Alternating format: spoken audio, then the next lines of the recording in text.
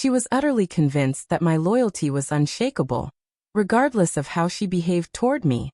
She viewed my affection as limitless, oblivious to her own shortcomings, certain that I would endure every insult, every act of disloyalty, every instance of neglect, and still remain unwaveringly by her side.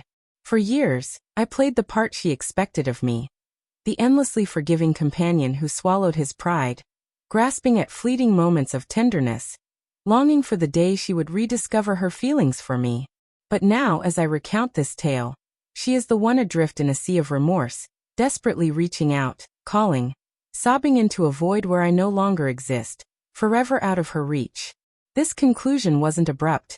It was a gradual unraveling, woven from countless tiny wounds, like cracks in a foundation overlooked until the entire structure collapses. To grasp how it came to this, let me guide you back to the beginning, to a time when I was vulnerable, seeking meaning, and yearning for connection. She swept into my life like a tempest, exuding charm, energy, and intensity. She made me feel singular, selected, as though her attention was a precious gift I should treasure. And treasure it I did. In those early moments, I believed I had found someone extraordinary. Yet tempests are unpredictable.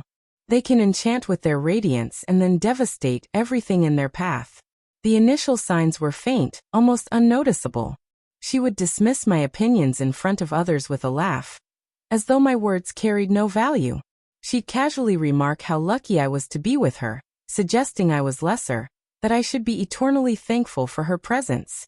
I brushed it off, convincing myself it was merely her personality, her unique humor. I told myself that love demanded sacrifice, and sacrifice meant silencing my objections. As time wore on, those minor slights grew weightier. There were evenings when she'd return home late, offering vague excuses that didn't hold together. Moments when her phone lit up with notifications, and she'd tilted away from my sight. Instances when I sought her warmth, only to be met with a roll of her eyes, leaving me feeling foolish for needing her. Still, each time, I pardoned her. I reassured myself she would transform, that deep down, she still cared as she once had. I was trapped in a cycle of hope, blind to reality. And she knew it. Once, in a half-playful tone, she remarked, "You're not going anywhere. You're too devoted to me." I smiled, thinking it was harmless banter, but a quiet unease stirred within me. What if she was correct? What if my devotion had stripped me of agency, made me predictable, unable to walk away no matter how deeply she wounded me? The breaking point wasn't a single, catastrophic act of betrayal. It was the buildup of countless small ones. The dawning realization that I felt more isolated with her than I ever would alone. I had spent weeks meticulously planning a special dinner for her birthday, pouring my heart into every detail, hoping to reignite the spark we once shared. But that evening, she didn't come home. Hours later, she stumbled in, her hair mussed, carrying a fragrance that wasn't her own. She offered no remorse, no explanation. She glanced at the table I had painstakingly arranged, the candles nearly spent, the meal cold, and laughed. That laugh, mocking my effort, my hope, my love, shattered something within me. I realized then that love isn't measured by how much pain you can withstand. Love should be a partnership, a mutual exchange of giving and receiving, and I was the only one giving. She wasn't merely careless. She was cruel, confident that I was bound to her, certain I would never break free.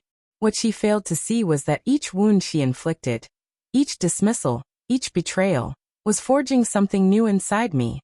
Not just pain, but a quiet strength, a spark that grew into a steady flame with every disappointment. I began to see clearly. I started to prepare, not with loud confrontations or tearful pleas, but with silent resolve. I gathered the fragments of myself I had surrendered to her, reclaiming my worth piece by piece. When the moment arrived, I left quietly, taking only my dignity. No arguments, no dramatic goodbyes, just the soft click of a door closing as I walked away, never glancing back. She thought I was bluffing, that I would return as I always had. But days stretched into weeks, then months, and I remained gone. Her calls began, first sharp with frustration, then softening into pleas, and finally quivering with desperation. Messages accumulated, brimming with promises of change and apologies that arrived far too late. But I had learned a painful truth. Sometimes, the truest act of love is letting go, especially when someone is destroying you. Now she is the one who feels invisible, checking her phone for a reply that will never come, lying in a bed that feels colder without me. And I am free. I am rebuilding. I am discovering that my value isn't tied to her validation, that my worth isn't defined by her ability to love me. She was certain I would stay, no matter what she did. She was wrong. Now, as she reaches into the silence, searching for me, I am exactly where I belong, gone beyond her reach, and finally at peace. Because sometimes the most powerful response is absence.